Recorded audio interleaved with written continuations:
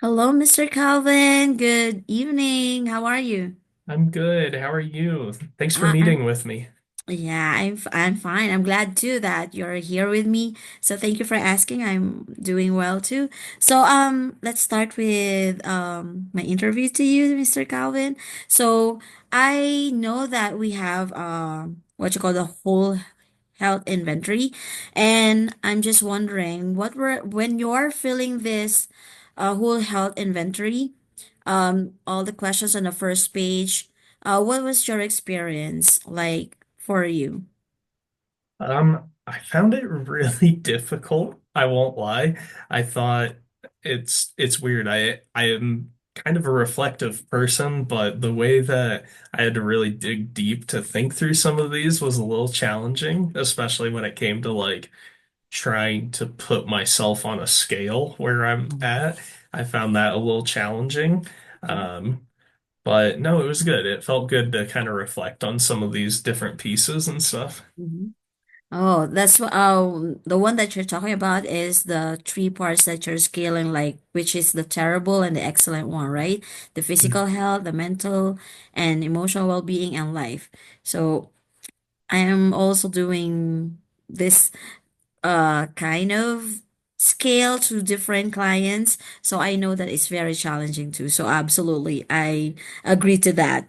Okay, so when you say about scaling yourself, so you're also reflecting yourself, right? So it's really hard for us to reflect ourselves.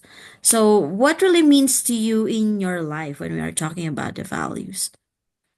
When we talk about values, the things that I really kind of search for and appreciate is family, my friends, also my job as a teacher. I have to make sure the students are doing good because if they're doing Mhm. good, I'll kind of beam that back. But yeah, just I would say being a very compassionate person and trying to find the joy in life.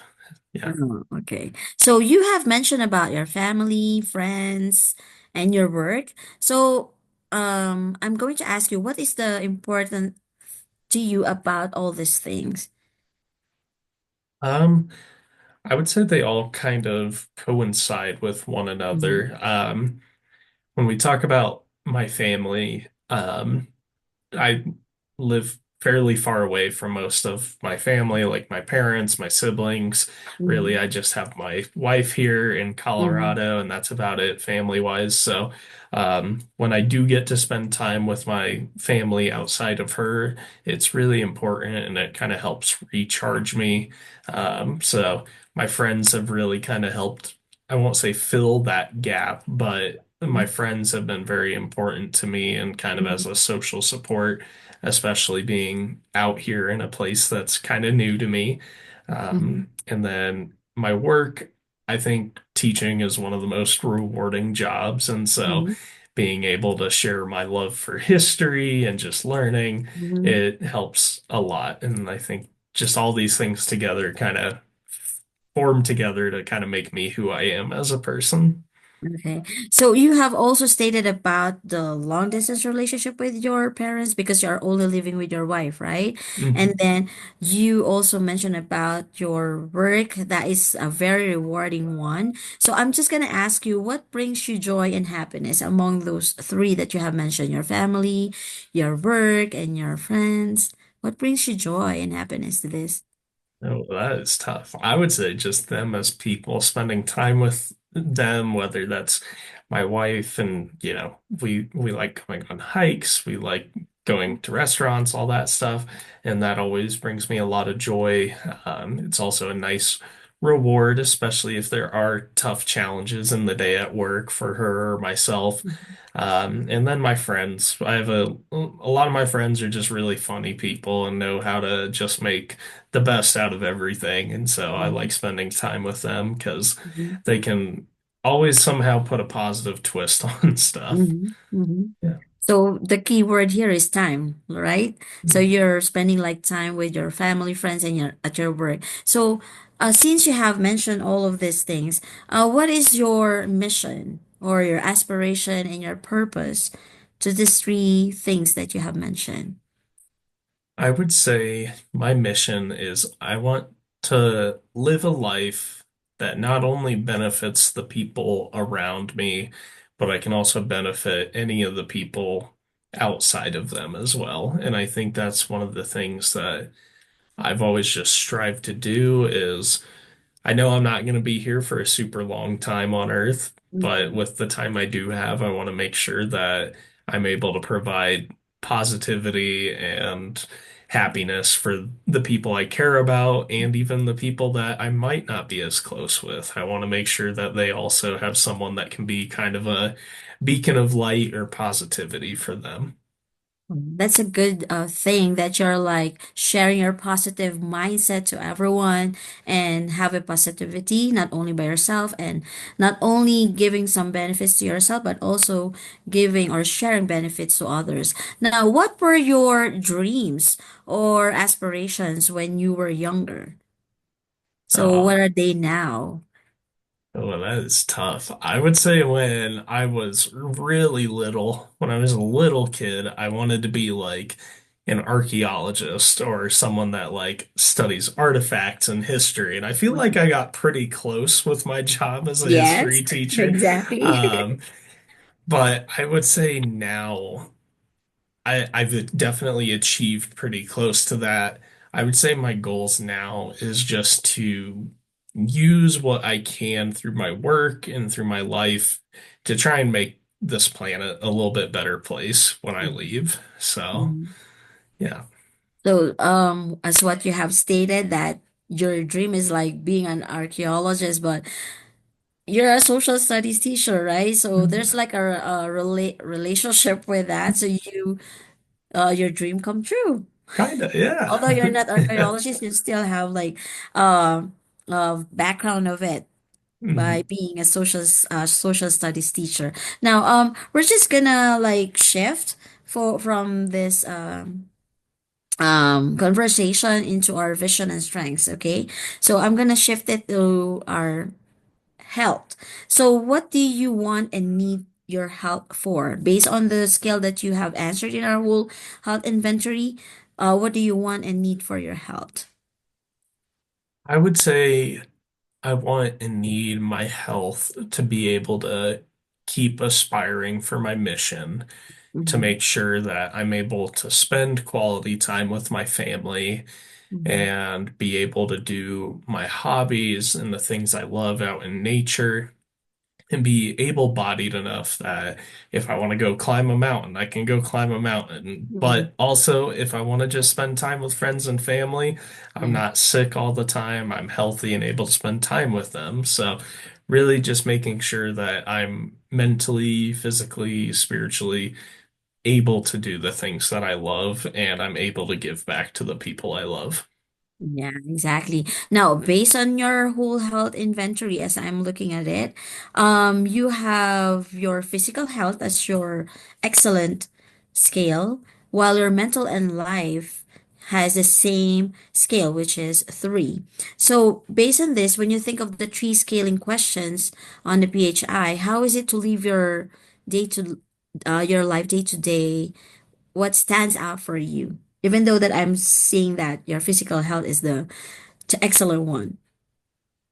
I would say in my day-to-day life, physical health wise is good. I have very few things that I'm physically unable to do. Mental wise, I have a little bit of a rough kind of background, and so that's something I'm still working through to this day, and something I am trying to move past and move forward from. So I try not to let it bog me down a whole lot, but sometimes it does play a role in my Mhm. day-to-day life. Yeah. So, I would say for me, most days are great days, but Mhm. sometimes I have a little bit of rain, in the Yeah. life. Yeah. So, I yeah. know. Yeah, absolutely. I agree to that. So if you have like a chance to change and keep living your life as you are today, because based on what you have mentioned that there comes a time that's okay, the day is okay, the time there comes a day that it's not okay. So if you have a chance to change it for your life as for today, what would your life look like 3 to 5 years from now? I would say if I was able to kind of make a change today, I would probably focus on changing the amount of time I give myself to recharge and rejuvenate myself. Yeah. I feel like if I was able to do that, I would have more social energy, um, maybe more creative passion as well. So be able to Mhm. kind of write, do more of my art stuff that I enjoy Mhm. doing. Yeah. Um, I think that's probably what it would look like. I think it would look pretty similar, but I think there would be more Calvin Mhm. time. Yeah. Yeah. So you're just you wanted, like you have mentioned a while ago, that you love to travel and to capture some arts. So it means that there are more activities for you to do that, right? So there will be no changes, but there will be more improvement. That's Yeah. what I'm hearing on your statement right now. So now imagine yourself that you're living according to what matters most, thriving in your happiest, fullest, and joyful life. What will it look like 3 to 5 years from now? I would say in 3 to 5 years from now, if I'm living my happiest, most full life, I'll still be teaching. Mm-hmm. I'll be, you know, spending lots of time with my wife, my family, lots of time in nature for sure. I want to Yeah, so be you're outside as neutral. much as possible. Mm-hmm. Um, I would say making sure I'm in a house and have been able to kind of move into the next chapter of my life. Mm-hmm. Um, I would say really it's just being able to wake up and be very grateful every day Mm-hmm. for what I have.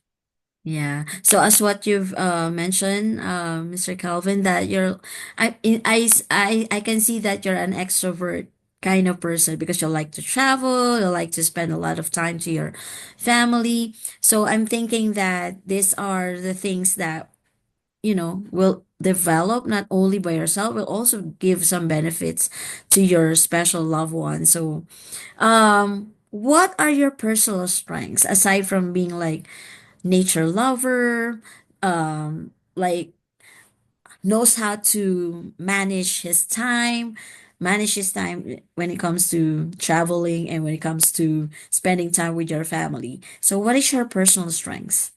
Or what are your personal strengths aside from that? I would say one of my big ones is determination.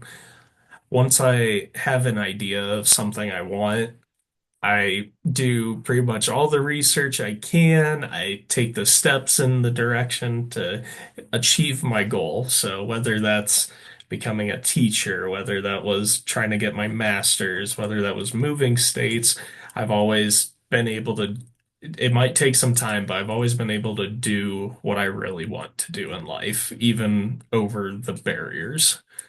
Wow, that's a good strength to have a determination, because sometimes if sometimes you do something and you cannot finish it without determination, so it means that you're not a determined type of person. But if you're like doing something and then ending it, and you started it and then ending it, that's a good accomplishment for you, and that's an achievement, and you will be recognized, and that's a good strength, Mr. Calvin. So based on your strength, as what you have said, you are determined to do something. Because it's by yourself, right? But how about your family, your friends, and your colleagues, or your other people that surrounds you? How do they support your health and well-being and being so determined person, or determined type of person? I would say for my friends and family, they've always been there to kind of cheer me on because they know that I'm gonna do whatever I can to try and achieve my goal. And as Mhm. far-fetched as it sounds, they're like, "Yeah, you got it. You'll get there. Whatever help you need, we'll try and help you out." And so for friends and family, they've always been very supportive of me and whatever my goal is, no matter how crazy it may seem. Um, at work, my colleagues are all super supportive. even when we have tech issues or kids are being silly, my colleagues are always there to try and back me up if there's ever anything I need help with, and they're also able to listen and kind of hear Uh, some of the challenges that go into the job. So my colleagues are great. And yeah, pretty much I surround myself with a really supportive group of yes, people. And I think exactly. that's one of the things that's helped me continue to be such a determined person. That's a good, you know what? That's a key away for me while listening to you, Sir Calvin, that you have to surround yourself to people that who are very supportive and not toxic, you know? You have a positive mindset, so all of the people that surround you, you have to make sure that all of them are also having a positive mindset. So it's a good thing to hear from you and learn from you. So right now, before we go, I'm just gonna ask you, what are you taking away from this conversation? I, oh, it's a tough one. Um, I am taking away that I've developed a life that I really enjoy.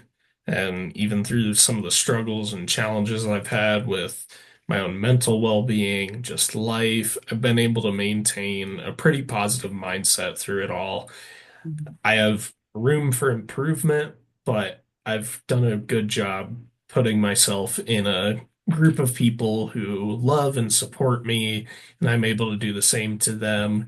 And that no matter what my challenge or my goal is for myself, I'll be able to achieve it as long as I keep my mindset and the people around me. Thank you, Mr. Calvin. I've learned a lot from you being a positive type of person, being a determined, actually very flexible, because I've learned also that you're not only a teacher, you're also a traveler, and you spend a lot of time with your family and friends. So it's good thing that being a positive type of person, you can actually, put all the skills that you have answered in the PHI. I am looking forward that everything will be five, not only 6 years from now, because of that attitude. So thank you, Mr. Calvin, for attending this time. Yes, thank Have you a so good, much for your time. have a Appreciate great you. day. Yeah, Yeah, I you appreciate you too. too.